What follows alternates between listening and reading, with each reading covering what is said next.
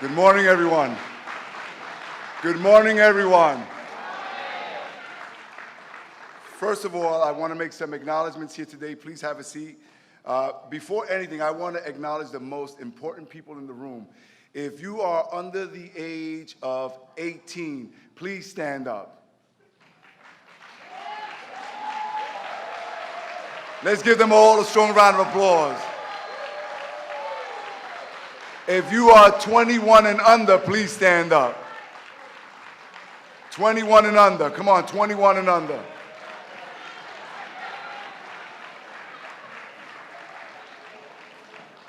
Ladies and gentlemen, I'm Ruben Diaz Jr., the Bronx Borough President. I want to start by thanking our host, the Madison Square Boys and Girls Club, and his executive director, Tim McChristian. Let's give him a strong round of applause. You're going to hear from speakers here today, but I want to acknowledge my colleagues in government and other institutions that are with us here. We are joined by New York State Assembly member Jose Rivera, who is the assembly member of this area. I haven't seen him, but I have Richie Torres, Council Member Richie Torres. Richie. State Senator Jamal Bailey is with us. State Senator Luis Sepulveda. Assembly Member Carmen Arroyo. Assembly Member Natalia Fernandez. We have Dan Barber, the President of the New York City Housing Authority Citywide Council of Presidents. Sean Coleman, the Executive Director of Destination Tomorrow. Julio Medina, the CEO of Exodus Transitional Community. Haiti Morales, the Executive Director of Casita Maria. Jackie Rowe Adams, co-founder of Harlem Mothers Save. Aisha Sekou, President and founder of Street Corner Resources. We have the National Action Network Youth Move.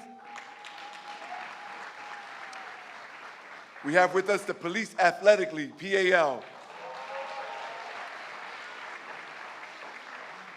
We have organizations here that are violence interrupters, as I call them. They're here, SOS, Saving Our Streets in the Bronx, and BRAG, Bronx Rises Against Gun Violence. We've also been joined by Here to Hear, and from the governor's administration, and we want to give the governor, let's give the governor a strong round of applause for answering the clarion call. You'll hear from him in a minute. But we have his budget director, the person who is releasing the money for what this announcement is here today, Robert Mojica. The Deputy Secretary for Health and Human Services, Paul Francis. Commissioner of Office and Parks, Recreation and Historical Preservation, Commissioner Rose Harvey. Special Advisor to New York State's Home and Community Renewal, Ruth Hazel-Thompson. Guillermo Linares, the Acting President of Higher Education Services Corps.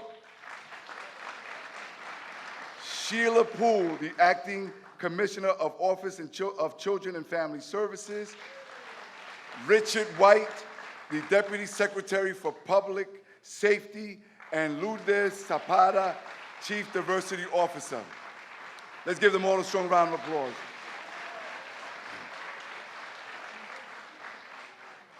Ladies and gentlemen, as you can see, all of the names that I rattled off is because all hands are on deck. The fact is that I wish that we were brought here together under more favorable and better circumstances.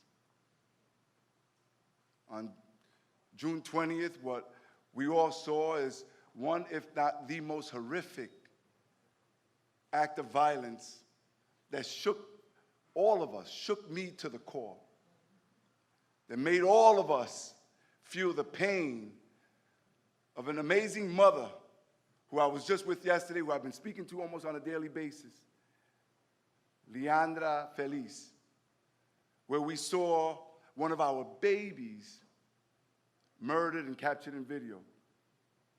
This is a vision that the whole world saw. These are videos that the whole world saw. This is something that we've all been talking about, that our babies, that our youth, unfortunately have been confronted, and it's a topic of conversation. And we are here today because while we've been doing a number of different things, and we have been, we know that we cannot be defined by those videos, by these monsters who did this. And we will not be defined by that. Subsequent to the attack, we've been working with Here to Here and DreamYard and other organizations and employers, and we just started over 220 of our youth in this area working outside of the confines of the summer youth jobs, working for the private sector, putting our children to work over the next 6 to 8 weeks. We met with stakeholders this week at our office. Almost 100 people showed up. Many of you were there, where we started to brainstorm and speak of ideas, because we know that this is twofold. This is about making sure that we get justice for Junior. Number one. About supporting his mom and dad and sister and family. And by the way, she has left me in awe with her resiliency. Here I am thinking that we need to be there for her, and she's been a rock and been there for the community.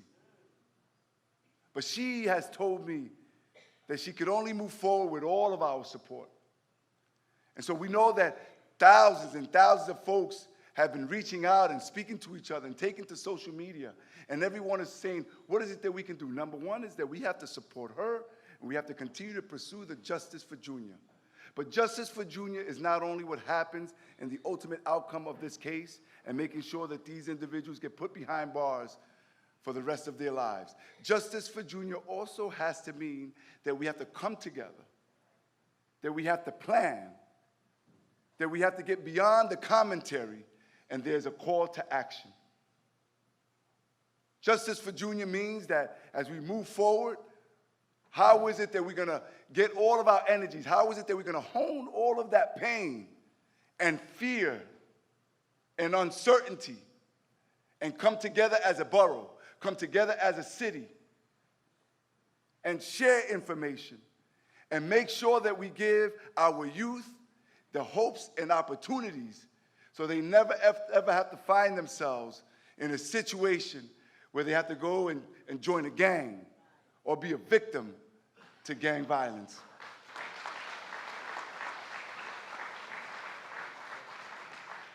We're here today because this is a multi-pronged effort.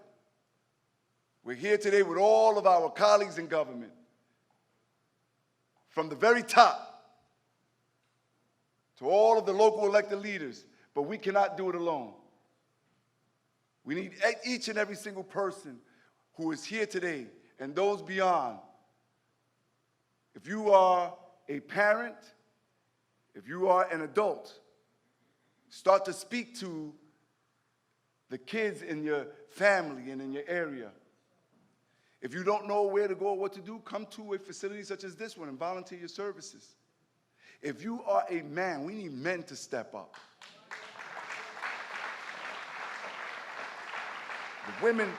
The women and the moms and the aunties and the grandmas, you're doing all that you can do. Out of my office, we have something called Bronx Fathers Taking Action. We need more and more men. You don't have to be the biological father. You don't have to be with your children's mother. You could be the uncle. You could be the grandfather. You could be the next door neighbor. Let's start taking the show on the road. Go into different schools. If this doesn't wake us up, ladies and gentlemen, what will? Lisandro Junior Guzman Feliz was 15 years old. He did everything that his mom, his father, that all of us would ask of our teenagers. He was a member of the Bronx Explorers. Let's give the Explorers a strong round of applause.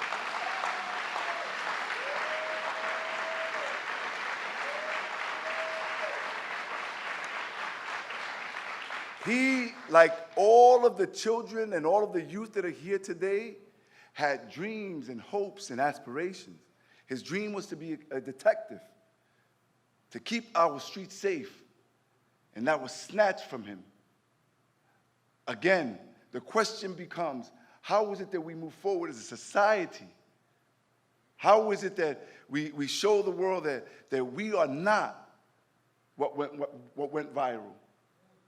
I believe that we have the ability and the capability here. And I believe that with our friends like the governor, someone who time and time again has shown to help communities and areas, not only in the state of New York, but in Puerto Rico and beyond. Whenever there's this great need, whenever there's this clarion call for help, he understands that this is not about politics, that this is about human decency. Governor, you understand that this is about coming in and using all of your influence and all of your power to come and heal, but also to bring the resources so that we can move forward as human beings, as New Yorkers, so that we can do the very best that we can. Miss Feliz will never get her child back, but we all have a responsibility to make sure that her boy did not die in vain. And I'm so happy that over the last couple of days, I've received calls and I've been able to talk to the governor. And here he is with us in the Bronx once again in our greatest time of need. Ladies and gentlemen, our governor, the great governor of the state of New York, Andrew Cuomo.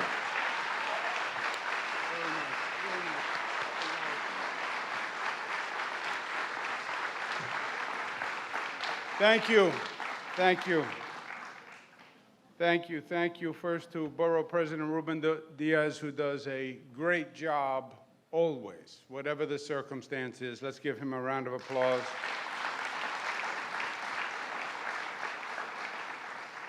To my partner in Albany, Speaker Carl Hastie, for the young people who don't know what that means, partner as a speaker. It means I call him up every morning at 6:30, and I wake him up, and I say, how are you today? And we talk about the agenda, and he gets upset that I called him at 6:30, and he hangs up on me. That's the speaker-governor relationship. He's done a magnificent job. Let's give him a round of applause.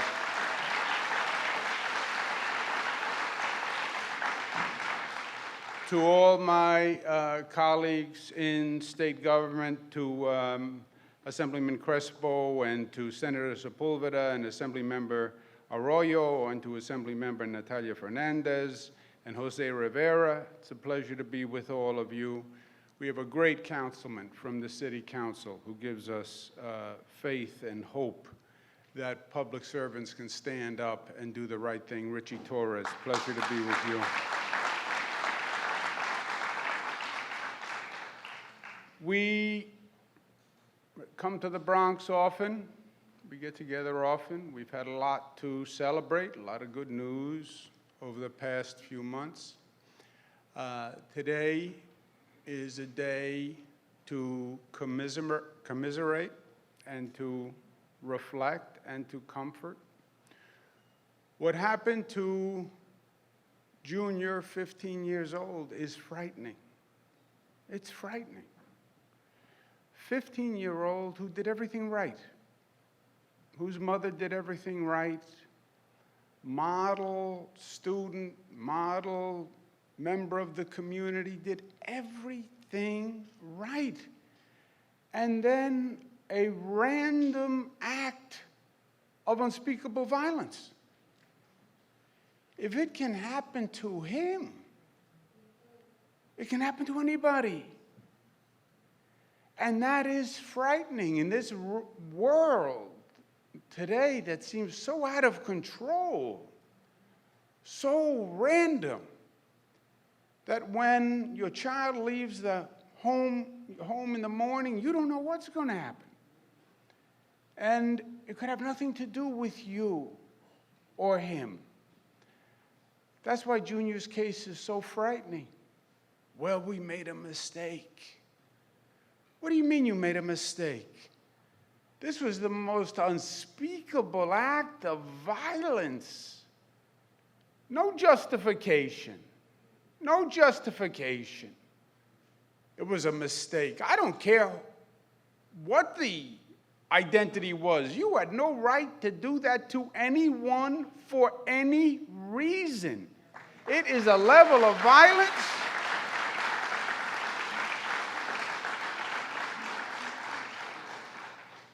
and it is so unsettling and frightening for everyone. Justice for Junior starts with justice. Starts with justice. The police department is doing its job, is going to find out who committed this unspeakable act. They have suspects. They're working. They should be punished to the fullest extent of the law, period.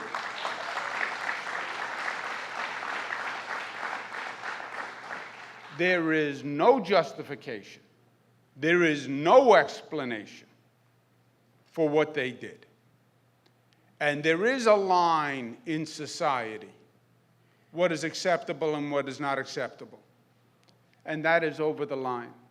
And justice for Junior, that will be step one. But there is a step two. And that's what the borough president was getting at. We have to get ahead of this problem and this situation, which has been repeating and repeating and repeating. Not in this gross, ugly a term, but we are having too many young people lost too young. These gangs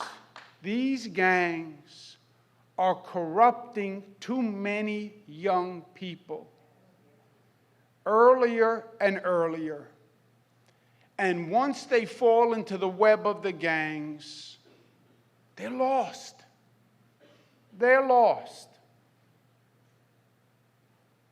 During the Reagan administration, you have an expression, just say no to drugs.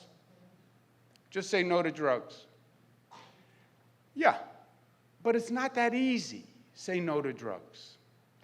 Because drugs is there to fill a void. It's there to heal a pain. These gangs are there to fill a void. The gangs come second. Lack of family support, lack of opportunity, lack of hope, lack of a job, lack of real relationships and real connections comes first. And then when you have that void, when you have that need, then the gang comes in and feeds on that need. You want to belong to something? You want real friends? You want real support? You want to be a real man? You want to be a real woman?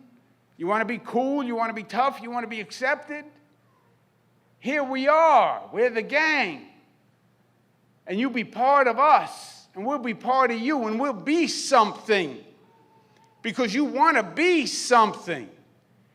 You need to be something, and right now you're nothing, and you don't see a place to go. So come with us, and we'll make you something. Yeah, you'll make me something. You'll make me dead, or you'll get me locked in prison. That's where you'll get me. But when you have no alternative, that sounds okay. Because life is options. And at least they're talking to me and they're offering me something. Slow death, dead-end life. But it's something. We have to be smart enough to say, let us fill that void before it's created. Let us fill that void before it's created. We know how it's created. We know where it's created. You have the same neighborhoods, the same housing projects, the same failing schools, over and over and over, producing kids who wind up in gangs, wind up on drugs, and wind up in prison. You can go to the prison system, And you can trace it backwards. And it's going to come to the same neighborhoods and the same failing school system and the same housing project. You walk through a state prison. They all know each other. They all grew up together. They all came up together. Why are we not smart enough to say, well, let us get to that place first, and let's give them some hope and some alternative, so when that gang comes by, they say, I don't need you. I don't want you. I know what you are offering. You are offering me death is what you are offering me. You are offering me a dead end, and I don't have a void within me that needs you. I'm immune from your seduction because I have completeness and options within me. As a society, we have to be that intelligent. We are still fixated on solving the problem rather than preventing the problem. We still have not made that basic shift that says prevention rather than treatment. We've made it in healthcare. Now, everyone talks about wellness, prevention. Don't talk about a hospital bed. Make sure the person doesn't wind up in a hospital bed. Well, let's be as smart in social health. Let's stop talking about a prison bed, and let's make sure the person doesn't wind up in the prison bed in the first place. Let's invest in the communities and the help they need.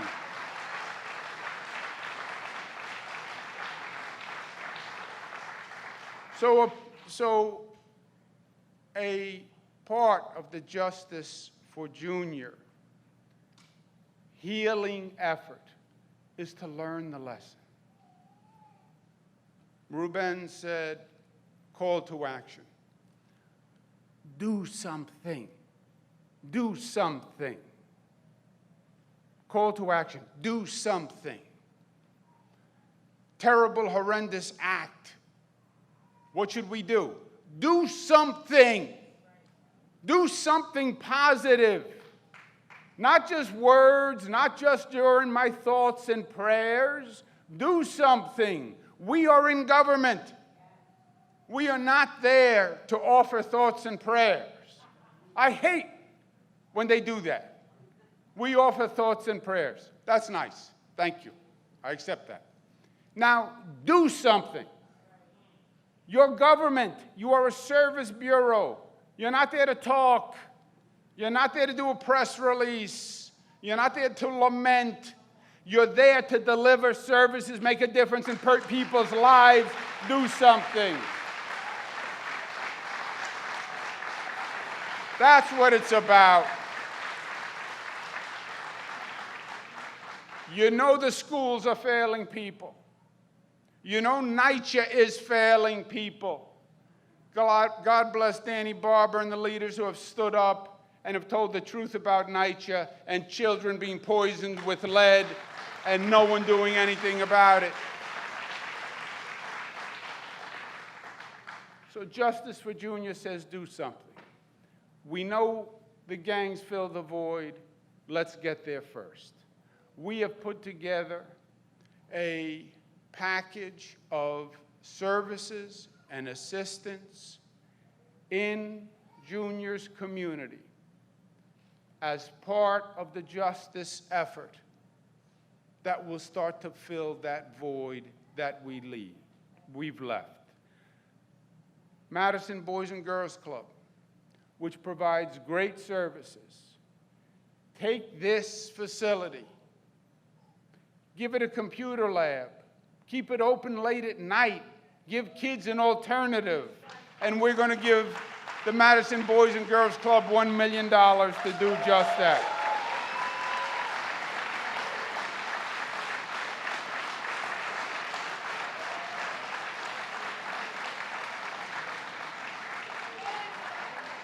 Get the kids, hold it, let me finish. We have to get the kids off the streets. They're hanging out on the corner, bad things are going to happen. Nothing good happens hanging out in the corner. We know how to get them off the streets. We know how to give them programs and recreation. PAL does a great job. We're going to give them another $250,000 to do even more.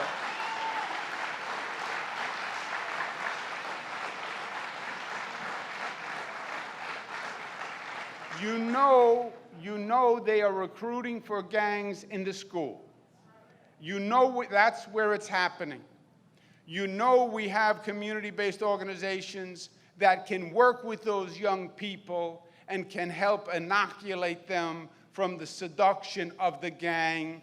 Let's spend $250,000, get community-based organizations into the schools and stop the gang recruitment.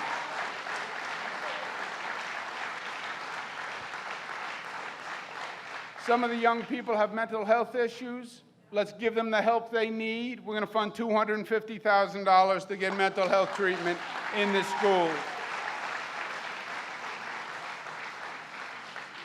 You know, getting off the streets, sports, midnight basketball, being on a team. You want to belong? Forget belonging to a gang.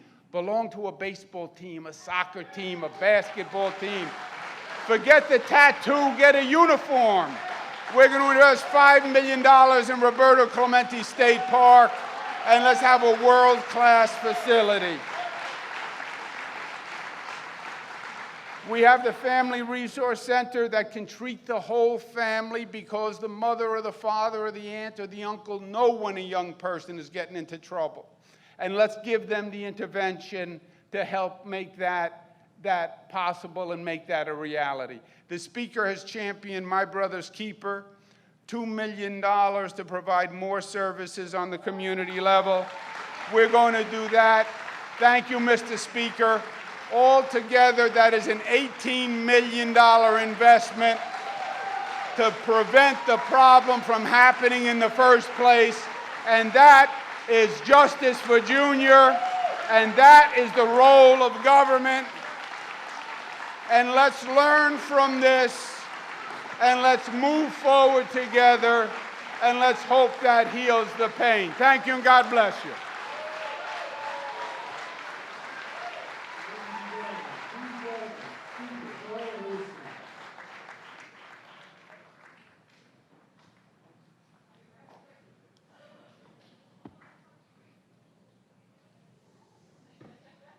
Normally, I don't like using this thing, but this added sign stole another 3 inches from me. So, as the governor and the borough president said, we wish we were here under, let's say, better circumstances and justice for Junior. And there's an old saying, but I'm going to change it a little bit, that says that an idle child is a devil's workshop. And for us, and as the borough president said, every time that I watch that video, and if you had not watched that video, you probably couldn't believe if someone told you what Junior went through. For those animals to take a machete and hack him as if he was nothing more than just something in the street. It's just, it breaks my heart to even think about it. And to quote my favorite Governor Cuomo, and I love telling this story, when I was younger and I was graduating from college and he was the keynote speaker at my college at Stony Brook in 1990, before a lot of you even thought about. And Governor Cuomo, Governor Mario Cuomo, who said, we spend so much time, it was a story about the poison well. And I love telling this story because what he said was something that really stuck with me from that point, and I believe that those of us in the Assembly and in state government, along with the governor, tried to accomplish this. And his story about the poison well is, it was a village of people, and they kept drinking from the poison well. And all we ever did was try to save the people or solve why was it that the people were drinking the poison well, instead of going back and saying, why the heck was the well poisoned in the first place? And this is really what government should be about, and this is what we've tried to be about. And when the governor mentioned my brother's keeper, and I want to give him a little credit as well, and when I first became Speaker, President Obama came right here to the Bronx, and he kind of challenged us all to become my brother's keeper, which would change the plight of young men of color. And I took that, and my colleagues in the Assembly at that point, we took it, and working along with the governor, we became the first state, and still the only state in the nation, to fund my brother's keeper.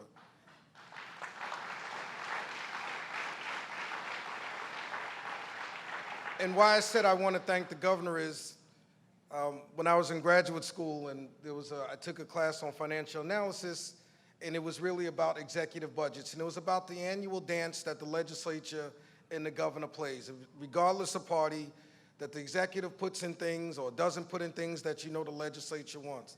But I want to thank the governor, because when we added my brother's keeper the first year, in his next 2 years as governor, he put in the funding. We as an assembly body didn't even have to ask him for the funding. The governor put in the funding in his executive budget. So I want to thank you, Governor, for funding my brother's keeper. And the money that the governor mentioned about the resource center, I don't think that any child is born wanting to join a gang. I don't think any family is looking forward to their child joining a gang. But there's something that happens at the crossroads for all of these young people to either go down that street that's positive, or they can go down that street that's negative. And we believe that families are trying hard. There's single parents. There's parents with 2 households, but they're working 2 jobs. They don't have enough time to give the attention to their children and the young people in the community as they possibly can. But that's why these type of programs and this type of funding is so important, to make sure that our young people have positive outcomes in positive places like this, in order to never have to wonder or look at another child joining a gang. And I do believe that we have to do it here in the Boys and Girls Club, we have to do it in the schools, and we also have to go back. And I always tell the story, when I was growing up, there was a Miss Perkins. While everybody else's parent was out working, Miss Perkins would sit up in that window, and if any of us got in trouble, she would tell my mother or anybody else's mother exactly what it was that I was doing. So we really have to go back to that type of community spirit.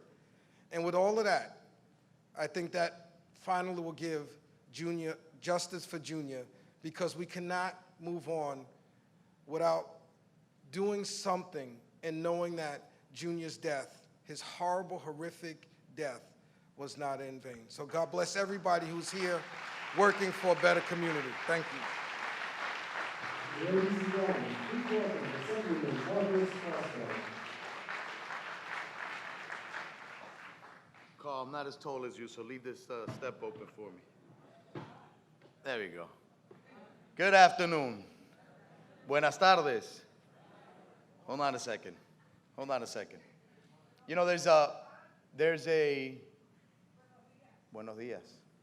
There is a common practice when we are feeling like we're in mourning or when we have a loss, to stay silent, to have a moment of silence. But I don't know if it's just in my family or something that I try to practice since I've been elected, is that we have to think about what a life left behind and the legacy of that life. And I don't like to stay silent when Junior stood for everything that was right in our community. So I want to applaud Junior's life.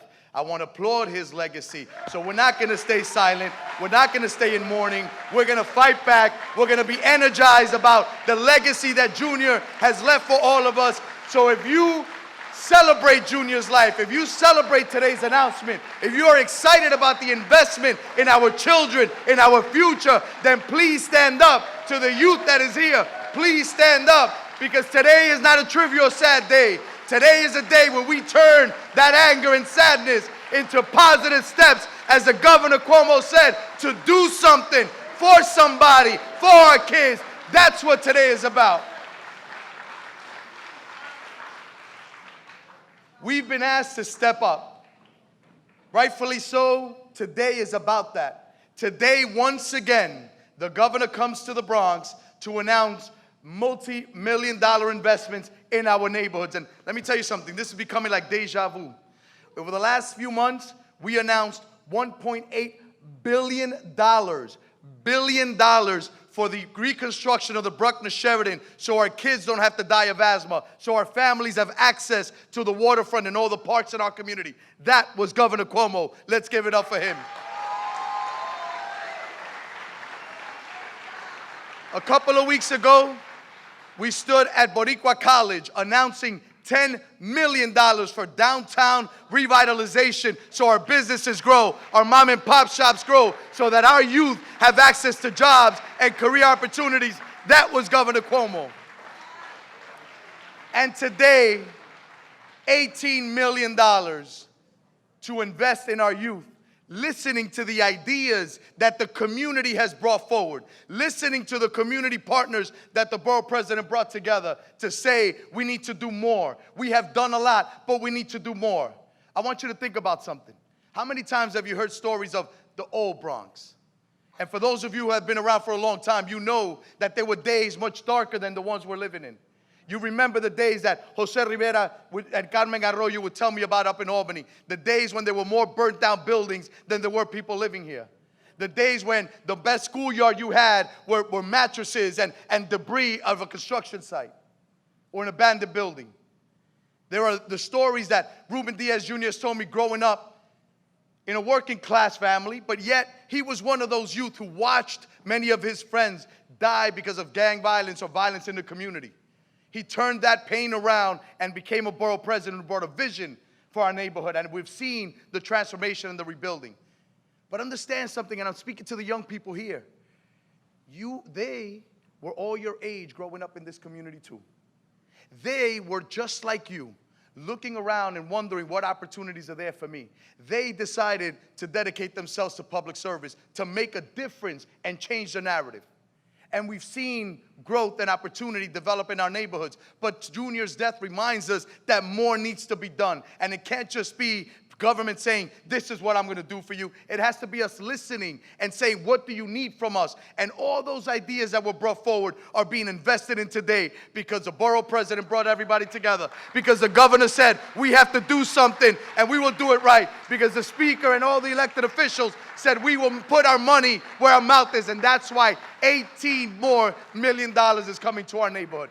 That, ladies and gentlemen, is how we respect Junior's legacy. Somebody, for those of you who've watched or listened to the soundtrack of the Hamilton play, there's a line there that really touches me. And it talks about legacy and what is a legacy. And in the play it says a legacy is a garden that where you plant seeds but never get to grow, never get to see grow. It is the idea that you can make a difference, but you won't be the person that knows who benefited the most from it. En español decimos, uno nunca sabe para quién trabaja. You never know who you work for, so we're making these investments. But to all the young people here, it is because we love you. It is because we believe in you. It is because we know that the best is yet to come, because you are the future that we are investing in. We may not be around to see what you get to accomplish, but this today is about you, our community, about every junior, about every child, about every family. And today, the Governor Andrew Cuomo, once again says presente for the Bronx, making a multi-million-dollar investment in everything you have asked us to do. Gracias. Thank you for being here, but I need your help. I need you to get the word out. Not everybody's here today in this gym with us. Not every organization that's going to work with us is here today. We need you to be the voices to go back to the community. Tell somebody what happened here today. Tell somebody who's doing it. Tell somebody that the state of New York, that our governor, our borough president is responding to your call for action. And ladies and gentlemen, that is how we have justice for Junior. Que Dios lo bendiga.